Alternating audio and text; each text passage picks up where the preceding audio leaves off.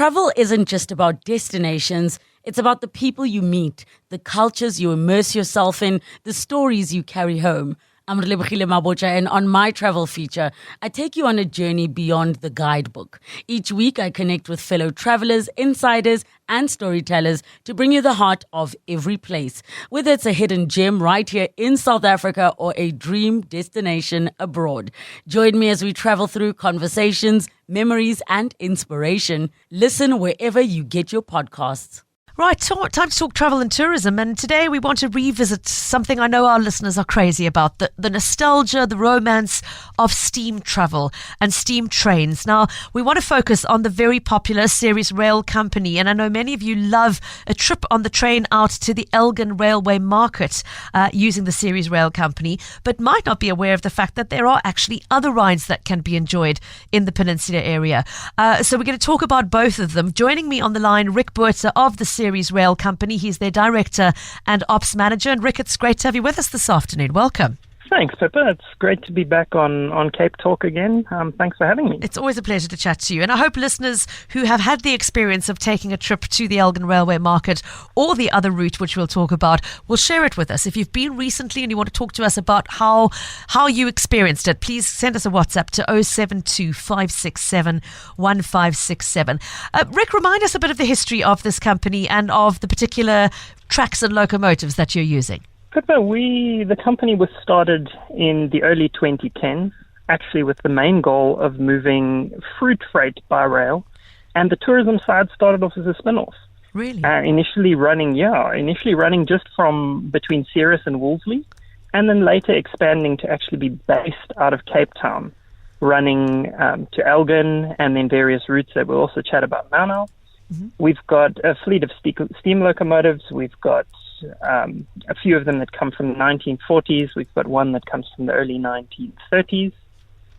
The main locomotive in our stable is a locomotive called Claire, as many people will affectionately know. Yeah. And then we've got a variety of coaches that were restored that come from all the way back as early as 1906, with the most recent coaches coming from the 1970s.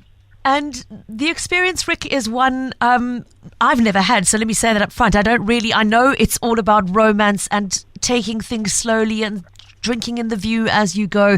But what is it about steam travel in particular you think that people find so absolutely compelling? Have you tried to sort of put it into words? It's a very difficult thing to put into words, but I think one of the core things that we embrace is that it gives a sense of nostalgia. It brings back a whole lot of storytelling. One thing that we stand for in our family a lot is sitting around a table eating dinner, eating and telling stories and catching up on what life is doing. And it's something that's been lost in today's day and age. And what the train gives back to us is that you're sitting there with your family, with your friends, you're watching the view go by, you're not distracted by having to drive or having to do anything for yourself. You can sit there, you can have a drink, you can have a coffee, you can read a book, and it just slows life down and allows you to drink in everything that this Western Cape has to offer. Yeah. Oh, it sounds I think absolutely that's probably blissful. one of the biggest draw cards for people. Yeah. Now, Rick, let's talk about the two different routes, starting with, or the main routes, should we say, starting with Elgin and the railway market, I know is the sort of the end destination, but the journey itself is as important as where you're going to. I know it's one of your most popular routes. Tell us a bit more. The Elgin route, as you say, is our most popular route. And I think what people don't realize is how much of Cape Town they don't see when they're just driving on the N2 or the N1. When we leave from close to the V&A waterfront, you take a trip past Milnerton, looking out over Table Bay with Table Mountain in the background, which is beautiful. And then you head into an urban area where you see pieces of Cape Town that you're never going to see from anywhere else. But then most people are there for the scenic views when you start to climb Solaris Pass just after Somerset West. Yeah. You've got these massive views of False Bay, and on a clear day you can see all the way across to Cape Point. And then you go through a tunnel at the top of Solaris Pass that many people don't know is there, which adds to the excitement. And then into the Grabo Valley with all the lush plantations and fruit orchards, and then arriving at the Elgin Railway Market, which in itself is such a great destination. It was built from a pack house, an old apple pack house that Italian prisoners of war built in the 1940s. And it was done over in an Art Deco style. And it's all weather. It speaks for itself. There's always something new there. It's got so many cool gadgets and mechanisms. If you haven't been there, it's really worth the trip. Okay, so that's the Elgin route. Now, the other one, which I think fewer people might be familiar with, is the fact that you actually have a train that runs to Simonstown, and I believe was taking folk through to the Navy Festival not too long ago. How recently was that route introduced, Rick? Simonstown is a route that was traditionally run by Atlantic Rail from about 2008, but we started running it again in March this year. Okay. We ran it for Human Rights Day for the first time.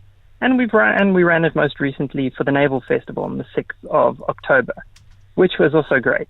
It's such a beautiful route, especially from Muizenberg all the way along the coast through Glencairn, Fishhook, and then ending up in Simonstown. You've got this blue sea next to you. You can actually smell the sea air. You look out the windows and see people lazing in the tidal pools and just enjoying themselves. It's really, it feels like you're in another world. So it sounds like you're running that from time to time. Rick, is there any sense of perhaps making it a more permanent route that you will run on a regular basis?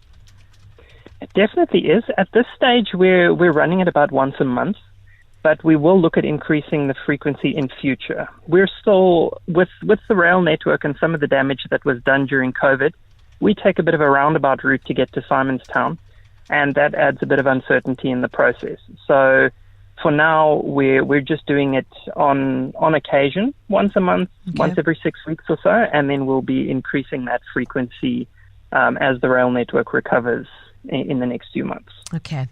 Now, before we talk about the aspect of being able to hire these trains for private use, let's just finish up with the public access tourist experience. Rick, we haven't spoken about pricing and what is involved in the experience. How much does it cost to do the trip to the Elgin Railway Market, for example? What would it cost? How long would it take? And what would be included in the ticket price? Well, the Elgin Railway Market trip, we have different seating types, but our base ticket starts at 675 Rand for an adult, 450 Rand for a child, and then we have a pensioners rate of 500 Rand per person over 60 years old. And that's a whole day experience, starting from when the train leaves at 8 in the morning and getting back at about 5:30 in the evening. So it's a full, you're out for a few hours, of which you're at least on a moving train for close to 7 of that. We've got onboard facilities. We have fully licensed bar. We have food sales on board. We allow people to pre-order breakfasts and put a whole experience together. And I mean, we've even introduced a spa on board, a massage parlor, and people can do that. So it's really, there's so many interesting things to do. Our coach controllers who run every coach, they give passengers information about what's happening on the day and tell stories. Many are ex-railway employees, so they've got a wealth of knowledge and so many interesting things to tell the passengers. And often when people walk away, what they remember the best is the experience they had on the train with the people who were there. Well, to your point, Angela just WhatsApping to say, I love Ceres Rail. What an experience. I did the trip. I've been to Darling and to Ceres, and I've made lovely friends on the trip. So Angela highlighting what you've just been saying, that it's not only about the scenery that's going past you, but the people you are meeting and engaging with on the train, which she found so wonderful. I'd love to hear from others. Debbie commenting, unfortunately, rubbish on the railway line near Elgin was something that spoiled it a little bit for her. She was very disappointed to see that. Is that something you struggle with all over the line, Rick? That is unfortunately so. Being that the line is under the control of Metrorail and Transnet, who are doing their best to implement measures to clean these things up. You have communities living along the railway line that just dispose of their solid waste out of their back door, and illegal dumping and things like that, which takes away from the experience. I think it's something that people aren't used to seeing, because as I said, there are some things of Cape Town that people just never see. And it's something that we have engaged with local government on, but it's an ongoing process. We're just, for anybody who's come in late to the conversation, we're in conversation with Rick Botha, who's Director and Ops Manager of the Ceres Rail Company, talking to us about the opportunity to travel by steam train and have a very different experience of Cape Town's scenery. I believe we've received a voice note from somebody who has done just that. Let's take a listen. Papa, I went on that train trip to Elgin about 3 years ago. It was fantastic, and it is fantastic to look out of the windows and the stop here and there. Fantastic. I can recommend it. Martha from Pringle Bay. Thanks, Martha. It's always lovely to hear feedback from somebody who's had the experience like that, so we really appreciate the voice note.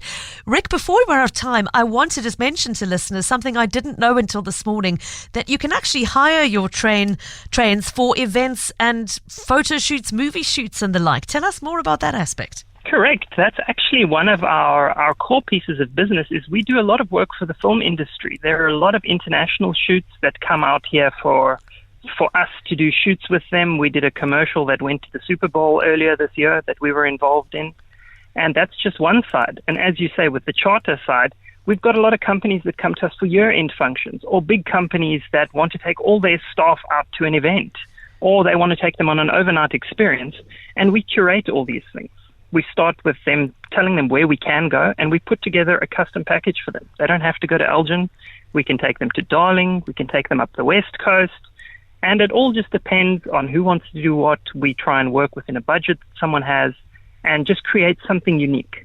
We're in talks with a lot of event providers at the moment, specifically our partners at Darling Breweries, to work for some of their events next year. We've got their October Festival next weekend, Saturday, the 26th, that we're doing.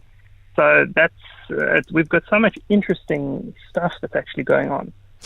So then the final question, Rick, is if somebody would like to either book a trip to the Elgin Railway Market or one of your subsequent trips to Simonstown, or if they'd like to reach out to talk about the possibilities of doing a private event with you, how do they make contact with you? The easiest way is either through our website, which is ceresrail.co.za, or they can reach out at bookings@ceresrail.co.za.